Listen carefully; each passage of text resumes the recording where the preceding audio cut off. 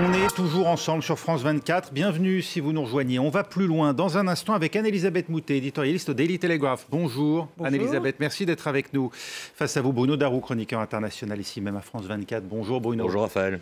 Au sommaire, Israël toujours en état d'alerte, des échanges de tirs dans le sud vers Sderot. On a cru aussi à une infiltration dans le nord depuis le Liban. On fera un point dans un instant avec Serge Berberi pour France 24 à Beyrouth. La classe politique israélienne, elle fait front. Un gouvernement d'urgence mis en place entre le Premier ministre Benjamin Netanyahou et son adversaire de l'opposition Benny Gantz. Il est censé durer le temps de la guerre contre le Hamas. Déjà plus de 1200 morts côté israélien, dont 11 Français et 22 Américains. À Gaza, les bombardements ont fait plus de 1055 tués, parmi lesquels 11 employés de l'Agence des Nations Unies pour les réfugiés, ainsi que 5 membres de la Croix-Rouge et du Croissant-Rouge palestinien. C'est tout de suite, on va plus loin.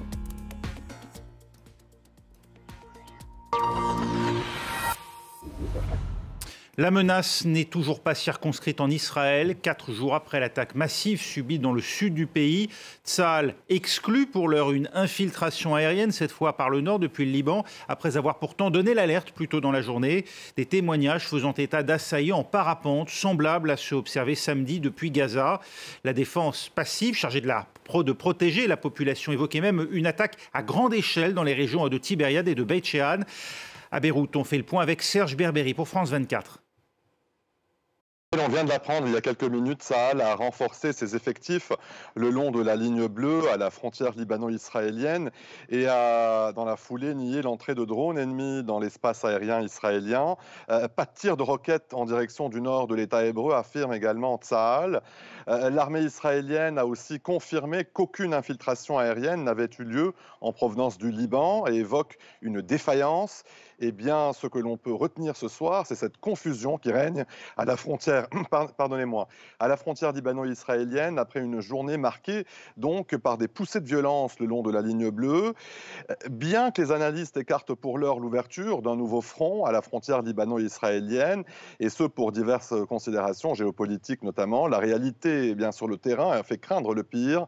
Plusieurs habitants des régions frontalières ont quitté la zone pour se réfugier chez des proches, loin des violences.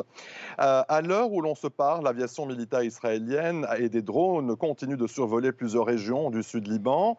Tsahal effectue également des patrouilles de reconnaissance le long de la ligne bleue. Des tirs de fusées éclairantes ont été aperçus au-dessus de plusieurs zones frontalières.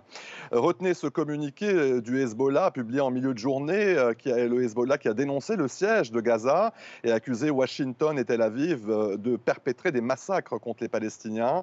Le Parti de Dieu a appelé les pays arabes à condamner l'intervention américaine. Washington qui a envoyé son porte-avions dans la région. Une faiblesse de Tsahal, selon le Hezbollah. Alors on va essayer de comprendre ce qui se passe exactement avec vous. Claire Duhamel qui est en direct d'Israël. Quelles sont les informations dont vous disposez sur place concernant une possible incursion depuis le sud Liban ? Bonsoir. Comme le disait le correspondant à Beyrouth juste précédemment, contrairement à ce qui avait été cru dans l'après-midi, il n'y a pas eu d'infiltration dans le nord Liban. C'était une fausse alerte. Il y a néanmoins eu quelques tirs de roquettes depuis le Liban. Et puis Israël a riposté contre un poste du Hezbollah. L'inquiétude est très forte sur ce front libanais alors que à la frontière avec Gaza, la situation reste encore ce soir très compliquée. Je viens d'avoir les dernières notifications qui indiquent que des alertes à la roquette sont en train de sonner en ce moment même aux alentours de la bande de Gaza, dans les localités voisines. J'étais jusqu'à il y a quelques heures dans cette zone frontalière. On a entendu encore une fois toute la journée le bruit des bombardements sourds d'Israël contre la bande de Gaza. Pour l'instant, pas de couloir humanitaire n'a été décidé pour évacuer les civils. C'est l'un des grands sujets qui plane en ce moment en Israël, puisque se profilerait eh bien l'invasion terrestre de la bande de Gaza. On a vu ces derniers jours des blindés israéliens se rassembler au nord de la bande de Gaza.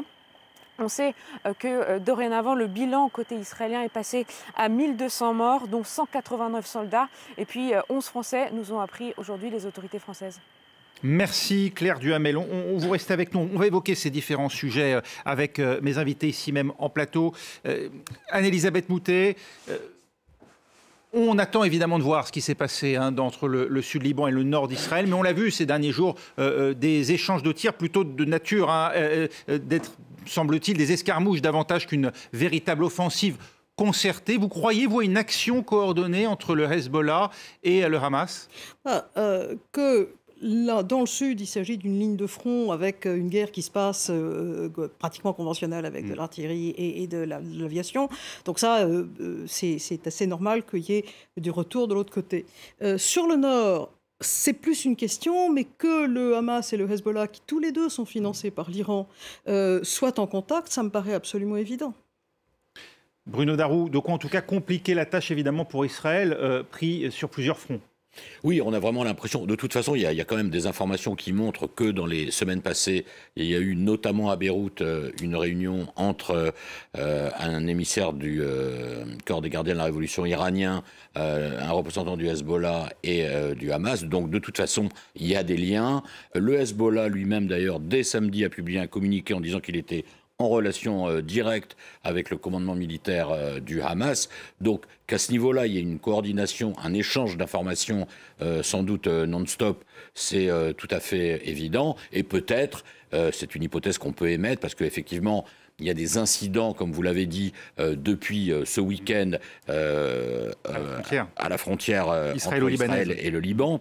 Mais on a plutôt l'impression qu'il s'agit, pour le moment, il faut rester prudent, pour le moment, d'un moyen de pression exercé par le Hezbollah pour figer en quelque sorte des militaires israéliens à cette frontière. Créer un abcès de fixation pour ça également au nord. Les États-Unis disaient aujourd'hui encore ne pas avoir de signe, ou voire même aucun signe de pays ou d'acteurs supplémentaires cherchant à rejoindre l'assaut lancé par le Hamas contre Israël dans le sud du pays. Seraient-ils mal renseignés, les Américains, puisque vous y voyez, vous, la main de l'Iran, Anne-Elisabeth ? Je pense que ce n'est pas une question tant de main de l'Iran, évidemment, que l'Iran est très important et c'est l'acteur principal de cette région. Il est présent dans la plupart des pays de la région et sinon il s'oppose à Israël, donc c'est pas un doute. Ils sont aussi en Syrie, ils sont évidemment aussi en Irak. Mais oui, il y a un échec du renseignement israélien, mais il y a évidemment aussi un échec du renseignement américain sur ça. Dans le cas moi je pense que c'est plus intéressant de se poser des questions sur l'échec du renseignement israélien. Et apparemment... confirmé par un haut représentant, membre de la Chambre des représentants aux États-Unis, puisqu'il s'agit du chef de la commission des affaires étrangères de la Chambre des représentants, qui dit que l'information avait bien été donnée par l'Égypte à Israël, démentant ainsi les propos de Benjamin Netanyahou hier. Alors la question c'est à qui est-ce que les Égyptiens ont passé l'information, quels sont ça se sait, mais enfin pas encore publiquement, donc non. Et je ne fais pas partie de ça. Mais qu'il y ait une coordination, en tous les cas, d'intention, ça, je crois que c'est vrai. Il y a eu un voyage des chefs du Hamas, il y a eu 3 voyages des chefs du Hamas pour aller voir Vladimir Poutine et pour aller à Moscou pour rencontrer des dirigeants russes. Le mois écoulé. Il y a... évidemment, un immense intérêt à beaucoup de niveaux pour Vladimir Poutine de voir ceci se développer. D'abord, ça cesse de mettre autant l'attention sur ce qui se passe en Ukraine. Ensuite, c'est une victoire, je dirais, du camp qui est le camp anti-Ouest. Il parle d'une faillite américaine sur le dossier israélo-palestinien que mettrait en évidence, justement, ce qu'on observe actuellement. C'est plus large que ça. Je pense que c'est une alliance des pays occidentaux et que devant, vous avez quelque chose de différent. Moi, je trouve extrêmement significatif qu'il y a 1 mois et demi, il y a eu la réunion des BRICS en Afrique du Sud, que le président Ramaphosa d'Afrique du Sud a voulu faire intégrer un certain nombre de pays dans les BRICS, qui, rappelons-le, c'était les nations qui avaient les PIB les plus importants, le Brésil, la Chine, l'Inde. Une concentration économique. Moyennant quoi, brusquement, on y fait rentrer la Palestine, ou on y invite la Palestine, on y invite l'Iran, on y invite la Syrie, on y invite des gens qui n'ont rien à voir avec... Ce sont des pays... La Somalie, ce sont des pays qui n'ont rien à voir avec un succès économique, mais on les fait rentrer parce qu'en réalité, on est en train de fabriquer un front qui se retrouve sur une attitude anti-occidentale. Et je pense que ça a une signification et qu'on verra ça se dérouler au cours des mois à venir. On n'a pas fini en tout cas de s'interroger sur les motivations du Hamas dans ce qui reste quand même l'attaque de plus grande ampleur sur le sol israélien, qui plus est perpétrée par des Palestiniens depuis la création de l'État d'Israël, Bruno. Les motivations du Hamas, de toute façon, il y a la motivation, j'allais dire, de base quand même, qui est inscrite dans la charte du Hamas depuis 1988. La destruction d'Israël. Qui est la destruction de l'État d'Israël. Il y a eu une radicalisation de plus en plus renforcée. Alors, il faut le dire aussi, au fur et à mesure qu'étaient éliminés par Israël les chefs politiques et militaires du Hamas, les suivants étaient plus jeunes et plus radicalisés. Donc, voilà, ça a peut-être joué un rôle. Sans doute le Hamas, encouragé très certainement par l'Iran et peut-être aussi effectivement par la Russie, s'est-il dit qu'il avait une fenêtre de tir possible entre un sentiment palestinien exacerbé par ce qui se passe depuis plusieurs mois en Cisjordanie, à la mosquée Al-Aqsa, d'où d'ailleurs le nom de l'opération terroriste qui a été menée, déluge Al-Aqsa, et puis aussi peut-être par les faiblesses en interne à la démocratie israélienne. Voilà, ils se sont peut-être dit que c'était le bon moment pour lancer tout ça, tout en visiblement bernant quand même les autorités israéliennes, les services israéliens, puisqu'il y avait quand même des négociations sur, par exemple, le passage par Erez, le point de passage d'Erez, la délivrance de 20 000 permis de travail. Donc, ils ont réussi à faire croire aux Israéliens, d'une manière ou d'une autre, que finalement, ce n'était plus le front essentiel, et le front essentiel était en Cisjordanie. C'est dans ce contexte, en tout cas, Claire Duhamel, qu'un gouvernement d'urgence va voir le jour pour la durée du conflit. Benyamin Netanyahou, le Premier ministre, s'est mis d'accord avec son adversaire de l'opposition, Benny Gantz. Un cabinet de guerre sera également formé. Pourquoi faire ?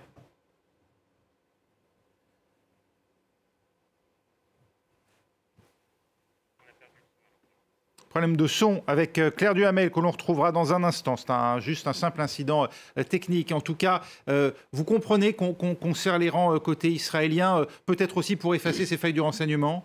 Je pense que les Israéliens ont le souvenir de la guerre du Kippour du 6 octobre 1973, que cette opération a été déclenchée à l'anniversaire, et c'est pas par hasard, et qu'après il y a eu une révision d'absolument tout qui a amené d'ailleurs à un changement de gouvernement. Je ne pense pas que même Netanyahou ne pense pas qu'il va faire l'économie d'un changement de gouvernement à un moment ou à un autre. Il voudrait pouvoir sortir la tête haute. Subir le même destin Golda Meir. Ce sont des personnages très différents.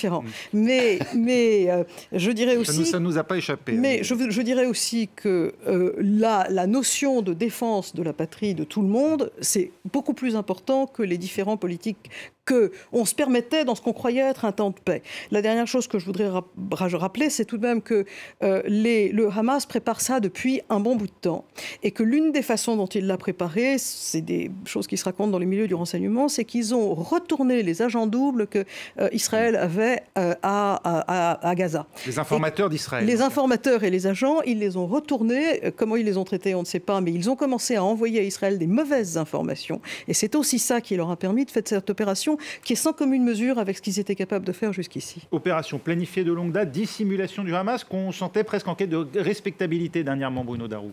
Non, ça, je vous laisse la responsabilité du terme quête de respectabilité. En tout cas, les choses semblaient, sinon apaisées, du moins calmées depuis quelques mois.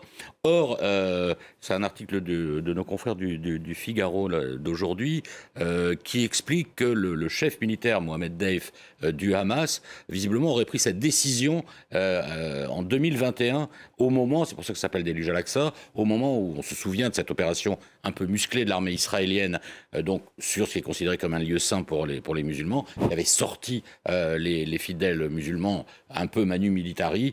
Voilà, ça aurait été le déclencheur. Est-ce que la conception de cette opération remonte donc à 2 ans?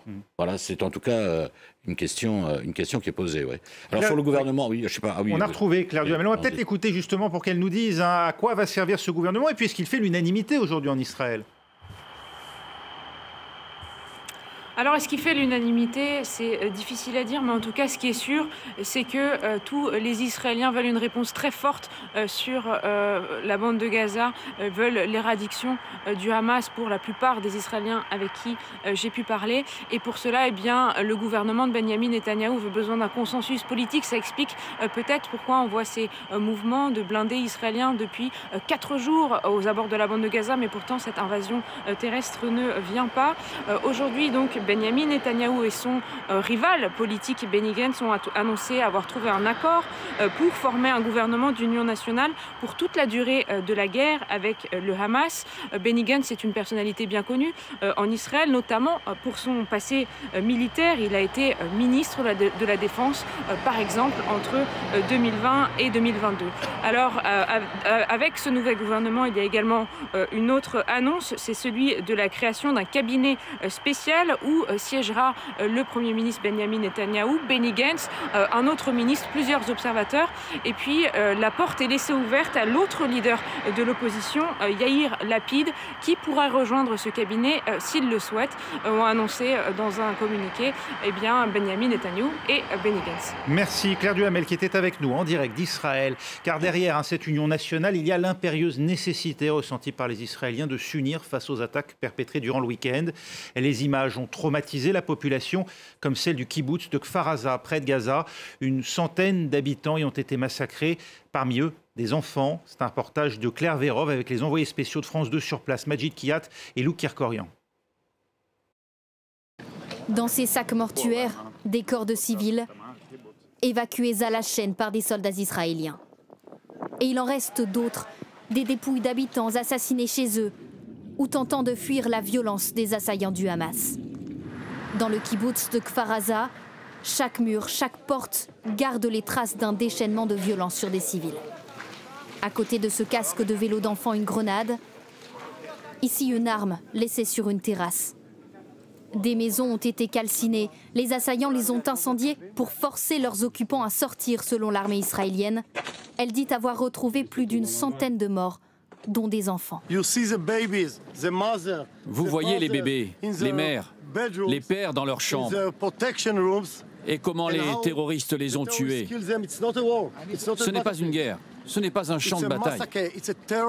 C'est un massacre.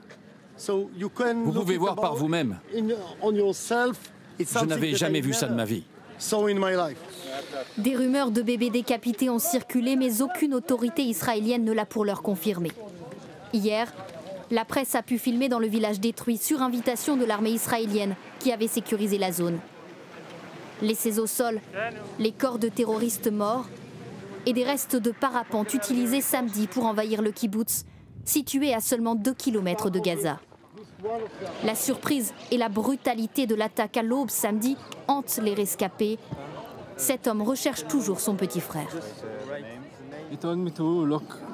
Il m'a dit de me réfugier dans un abri avec mes 2 filles, jusqu'à ce que j'entende l'armée. C'était le son de l'enfer dehors. On entendait des tirs, mais pas de l'armée israélienne. Personne n'est venu nous secourir pendant 10 heures. Comme beaucoup, il doute de pouvoir revenir un jour à Kfar Aza. Ces images, ces faits, Anne-Elisabeth, ils vont marquer une rupture indélébile, une rupture profonde entre Gaza, le Hamas et une partie de l'opinion publique internationale. Alors oui, et ce que faisait remarquer un certain nombre d'observateurs, c'est que cette façon, ils ont filmé les enlèvements, ils ont filmé des viols, ils ont filmé une jeune femme qu'on dépeçait, enfin ils ont filmé des atrocités. Et c'est nouveau chez le Hamas. On a vu les gens du Hamas faire parader des otages il y a des années qu'ils avaient pris et les montrer à la foule. On n'a pas vu quelque chose qui était calculé pour justement circuler dans les réseaux sociaux. Et encore une fois, les gens qui observent ça et la manière dont ils se sont préparés pour faire ça, ça ressemble à ce que faisait Wagner, qui maintenant est de nouveau sous la coupe de Vladimir Poutine. Je veux dire, ce sont des techniques assez différentes pour semer la terreur, et plus que la terreur dans les mentalités, c'est au contraire pour faire renforcer quelque chose qui amènerait à une conflagration. Donc la façon dont ça s'est passé, outre l'atrocité générale, parce qu'il faut pouvoir décapiter des bébés, je veux dire, il faut pouvoir penser à ça même, mais c'est aussi pour avoir un effet maximum, justement pour créer cette horreur, et chez les Israéliens et chez nous. On avait vu ce degré d'horreur dernièrement dans les gangs haïtiens ou de la part des cartels mexicains. Là, c'est vrai que c'est... Ça fait aussi penser un peu aux méthodes de Daesh, quand même. Oui, beaucoup. Et Daesh, eux, ils se filment. Voilà. Le malheureux pilote jordanien qu'on a mis dans une cage et qu'on a fait brûler dans une cage, ça, c'est exactement ce que fait Daesh. Et il y a une espèce de, moi je trouve, plus d'aïchisation, je ne sais pas comment dire, des méthodes opérationnelles du Hamas. Et dans ce kibbutz, on a trouvé un drapeau de Daesh. Et je pense qu'il a été laissé à dessein. Ouais. L'idée manifestement de provoquer l'effroi, c'est le cas en tout cas d'une partie de la communauté internationale. Ici même, on le ressent hein, très clairement en Europe. On en voit les effets, on l'a dit, avec ce gouvernement d'union nationale dont vous vouliez évoquer à nouveau la proposition. Je voulais justement, dire que bon, c'est de la politique, mais dans le contexte actuel, ça a son importance. D'abord, c'est un gouvernement qui s'appelle un gouvernement d'urgence. Il ne s'appelle pas gouvernement d'union nationale. Enfin, moi, partout, j'ai vu emergency en anglais, gouvernement d'urgence. Parce que ce n'est pas vraiment un gouvernement d'union nationale. Il y a Benny Gantz qui accepte de travailler avec Benjamin Netanyahou le temps de la guerre, et donc son parti rejoint donc la coalition, incluant M. Smotrich et Ben Gvir, au sein de la Knesset, ce qui fait que du coup, le gouvernement Netanyahou, là, en ce moment, dispose d'une majorité de 76 sièges, ce qui est une majorité confortable, mais ce n'est pas l'Union nationale. Et Yair Lapid, lui, a refusé d'y aller parce que lui ne voulait pas participer à un gouvernement dans lequel figuraient notamment ces personnalités. D'où d'ailleurs cette espèce de distinguo entre le gouvernement lui-même, où il y aura, si on a bien compris, 5 ministres du parti de Benny Gantz sans portefeuille, un gouvernement qui ne pourra légiférer que par rapport à la guerre uniquement. Et il y a le cabinet de sécurité, avec évidemment Netanyahou, Gantz et Yair Lapid y est invité. Il pourra y participer. Mais Yair Lapid, on a l'impression qu'il ne veut pas trop insulter l'avenir parce que là, effectivement, c'est l'urgence, c'est l'horreur, il faut réagir. Mais tôt ou tard, on demandera des comptes, évidemment, notamment à Benjamin Netanyahou. Et là, à ce moment-là, on verra ce qui se passera politiquement. Des images, en tout cas, on le disait, qui ont choqué. Et c'est ainsi qu'ici, en France, Emmanuel Macron réunira demain, jeudi, les chefs des partis à l'Élysée avant de s'exprimer sur la situation à 20h. Que peut dire le chef de l'État dans le pays, Anne-Elisabeth, d'Europe, en tout cas, qui compte à la fois la plus forte communauté juive d'Europe, mais aussi la première ou deuxième communauté musulmane avec l'Allemagne? Je ne suis pas capable de citer par cœur le tweet d'Emmanuel Macron très rapidement après qu'on a appris ce qui s'était passé, mais enfin, il a vraiment une ligne qui est tout à fait de dénoncer l'horreur, de dire que ça n'est pas de la guerre, mais c'est du terrorisme, et que la France... Le droit d'Israël à se défendre. Et le droit d'Israël à se défendre. Donc, parfois, on a pu déplorer qu'il n'y ait pas tout à fait une clarté totale dans les propos d'Emmanuel Macron, mais dans ce cas spécifique, c'est très clair. Il a en tous les cas l'accord enfin, il est absolument en phase avec les Britanniques, il est en phase avec les Allemands, il est évidemment en phase avec l'Europe de l'Est. Donc là, il y a aussi une espèce de large, je dirais, de large alliance et union européenne sur ce qui s'est passé. Oui. La question, évidemment, c'est celle de Gaza. On a vu partie, d'ailleurs, de Podemos en Espagne, la première contestation d'une suppression des aides européennes, et ensuite d'autres gouvernements, y compris la France, d'ailleurs, ont bien insisté sur le fait qu'ils maintenaient leur aide. Alors, leur aide, non pas forcément au développement, mais en tout cas aide humanitaire. Il y a eu un peu de cafouillage, quand même, de la part de l'Union européenne sur ce Oui, mais qui finalement, en tout cas, hier, a clarifié les choses, semble-t-il. Oui. Reste la question ici, même en France, des divisions. Là aussi, on parlait de rupture, de marque indélébile par ces images que l'on a vues. Il y a une rupture, semble-t-il, très profonde entre toute une partie de la classe politique et la France insoumise, accusée même de faire du djihadisme d'atmosphère aujourd'hui par le ministre de l'Intérieur, Gérald Darmanin, Bruno Darroux. Oui, il y a clairement un problème qui se pose de la part de LFI vis-à-vis du reste de la classe politique, et encore plus, bien évidemment, par rapport à ses partenaires de la NUPES, parce que c'est ça qui est peut-être en train de se jouer ces jours-ci, c'est sans doute, peut-être, en tout cas, l'implosion de la NUPES.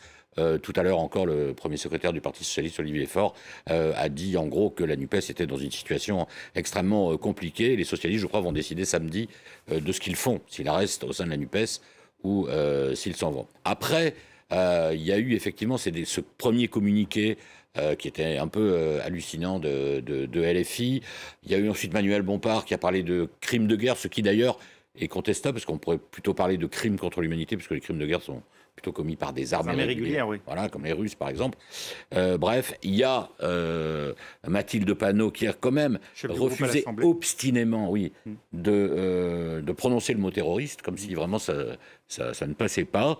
Il y a eu M. Ruffin qui, lui, a dit des choses plutôt sensées, mais le mal est fait. La parole de LFI là-dessus est un peu discrédité, et sans doute parce que ce à quoi on assiste en ce moment, ça fait parfois penser à des espèces de flashbacks vers la guerre froide, bloc contre bloc, etc. Ça fait aussi penser à des postures de l'ultra-gauche dans les années 60 qui soutenaient des rébellions. Les Brigades Rouges. Oui. Voilà, les Brigades Rouges, voilà, par exemple. Les Khmers Rouges aussi. Les Khmers Rouges, sans aucun état d'âme. Mais à l'époque, ce qui est différent, c'est qu'à l'époque, ça passait très bien. Quand on contestait ça, on se faisait traiter de tous les noms. Anne-Elisabeth, rapidement, une fracture jusqu'au sein même d'LFI, puisqu'il y a visiblement aujourd'hui la ligne Ruffin, les mélenchonistes, le cercle de Mélenchon, infréquentable aujourd'hui?